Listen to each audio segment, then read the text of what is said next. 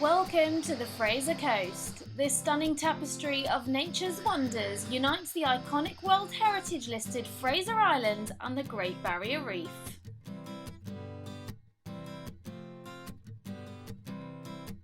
Catch a short ferry over to the World Heritage listed Fraser Island, which is the largest sand island in the world and one of the only places in the world where rainforest grows in sand.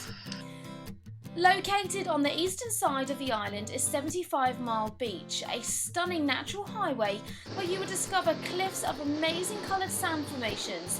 It's also here where you'll find Fraser Island's own shipwreck, the Mahino.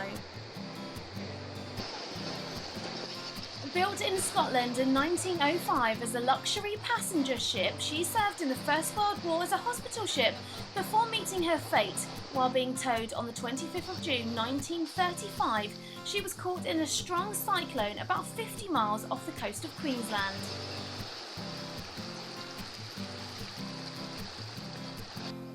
When the sun goes down on Fraser Island, it really is something of a spectacle. Good evening, welcome on board Freedom 3, my name's Keith, for the Sunset Cruise from Kingfisher Bay Resort.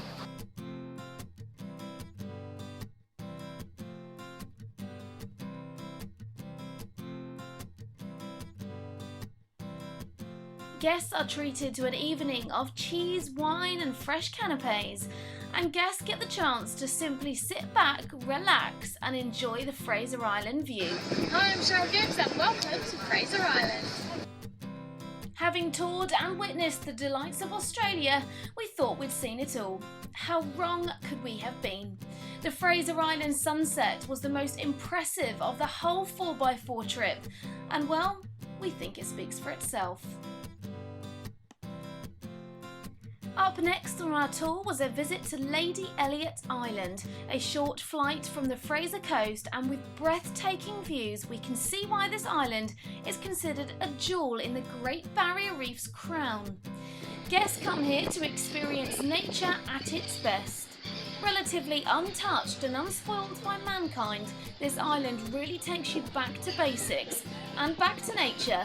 It's teeming with life and live corals, famous for a resident population of 40 manta rays, which form the iconic logo of the island.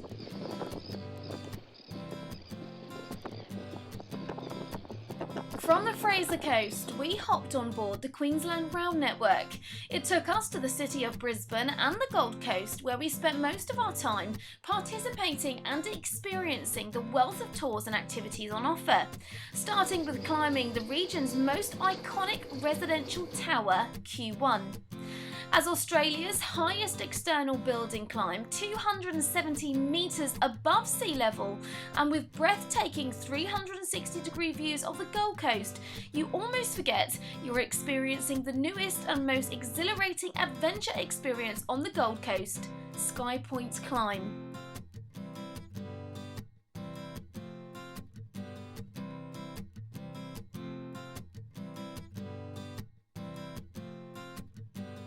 We couldn't take our camera up for safety reasons, but to prove we did it, here's a few pics.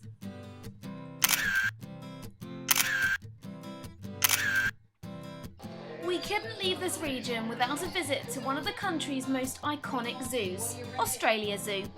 Made famous by the late Steve Irwin, this conservation zoo educates and informs its visitors about the need to keep the world's animals safe.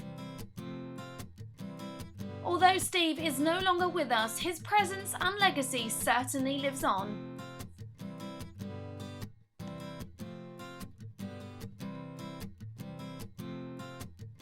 Hi, I'm Cheryl Gibbs and welcome to 4x4. So, as you can see, I'm in a motorhome provided by Mighty Campers and I'm travelling down from Brisbane to Sydney.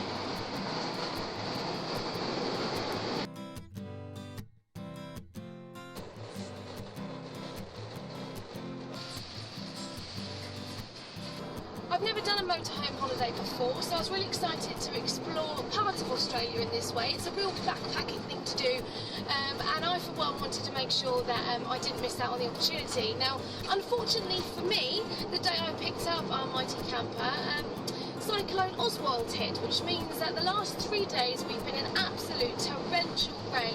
But despite the weather, we did stay in some amazing places provided by the Big Four holiday parks.